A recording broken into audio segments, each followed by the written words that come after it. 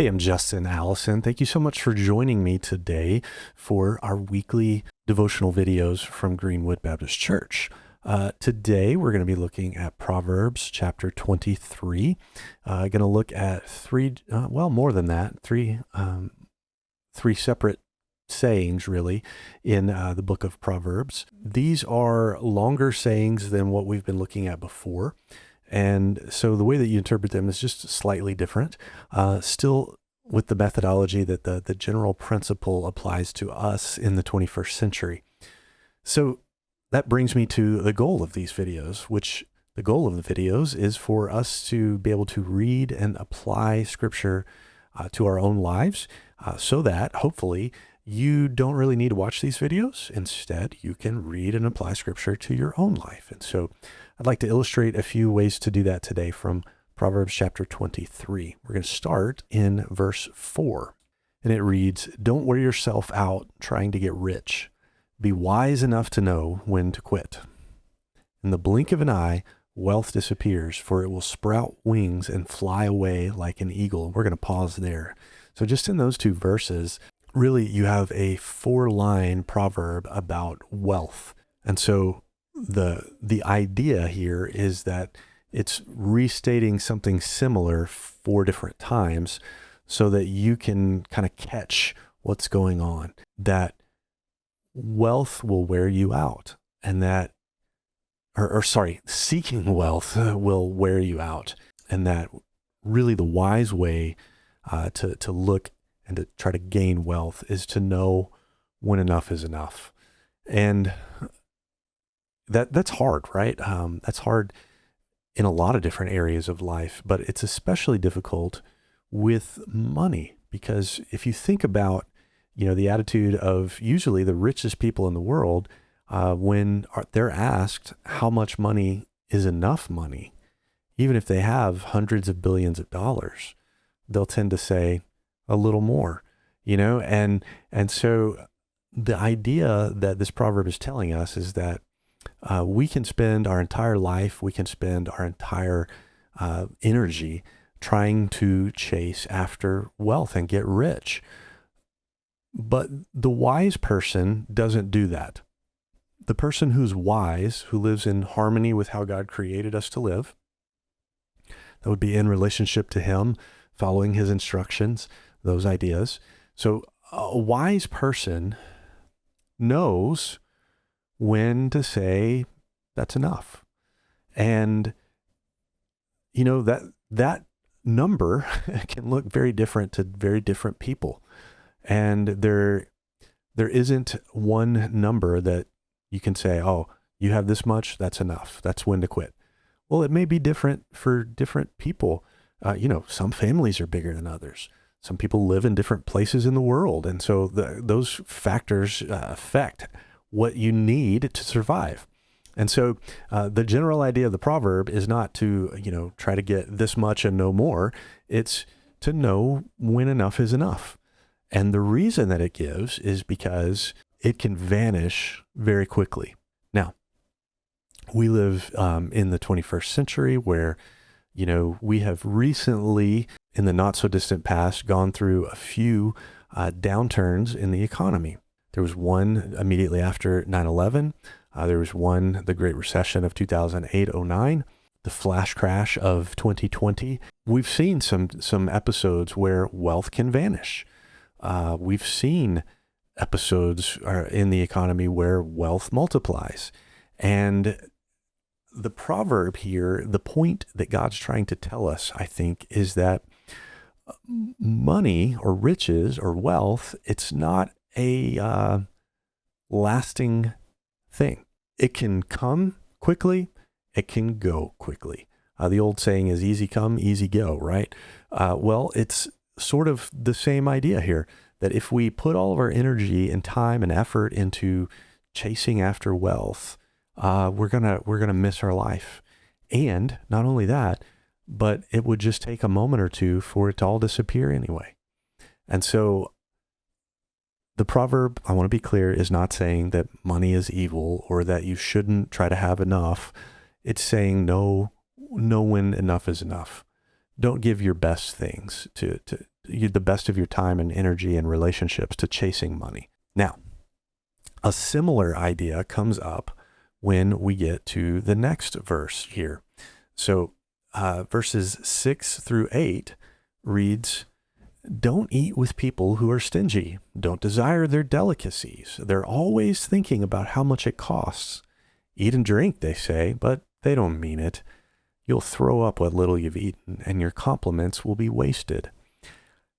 So this has to do with a scenario where you might find yourself in the company of someone who is well off, but still stingy. It may, well, I guess it could be in the company of someone who's not well off, but they're still just stingy.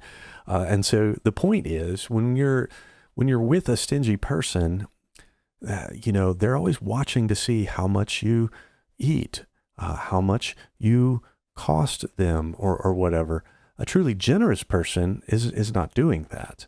And so when they say something like, "Oh, have as much as you want," or, "What's mine is yours," they mean that. The stingy person doesn't really mean it. And so the takeaway here in verse 8 is that when it says you'll throw up what little you've eaten, it's going to bring stress and heartache and not lasting kind of things as well. So being in the company of these people is probably just not worth it. It's not actually going to be anything that has meaning and substance and that lasts. Those are not stingy people. Those relationships aren't going to last with them. So when it says you're going to throw up a little you've eaten and your compliments will be wasted, it's not telling you that you shouldn't pray for this person or you can't be friends with them. It's just saying that there's always going to be conditions and terms from their standpoint on relationships. And so you need to know that going into it, that they may not treat you as you would hope that others would treat you. And so this proverb fits very nicely with the one above it about chasing riches, because sometimes it's the people who have the most wealth that tend to be the stingiest. And so neither one of those things is good. Neither one of those things is lasting. And so that's what the proverb is trying to tell us here. And then we move down to chapter 23, verse 13 and 14, which sort of takes on a new idea. It says, "Don't fail to discipline your children. The rod of punishment won't kill them. Physical discipline may well save them from death." Now, let's make one thing clear. This is not saying to abuse your children, right? This proverb is just telling you that you need to be able to get their attention. You need to be able to discipline them in a way that they hear or feel. We had a family member when we were young, Rachel and I were young. They told us that before your kid turns 3, you need to know which button, to push to really get their attention. And I have 3 kids, and it's really different for all 3.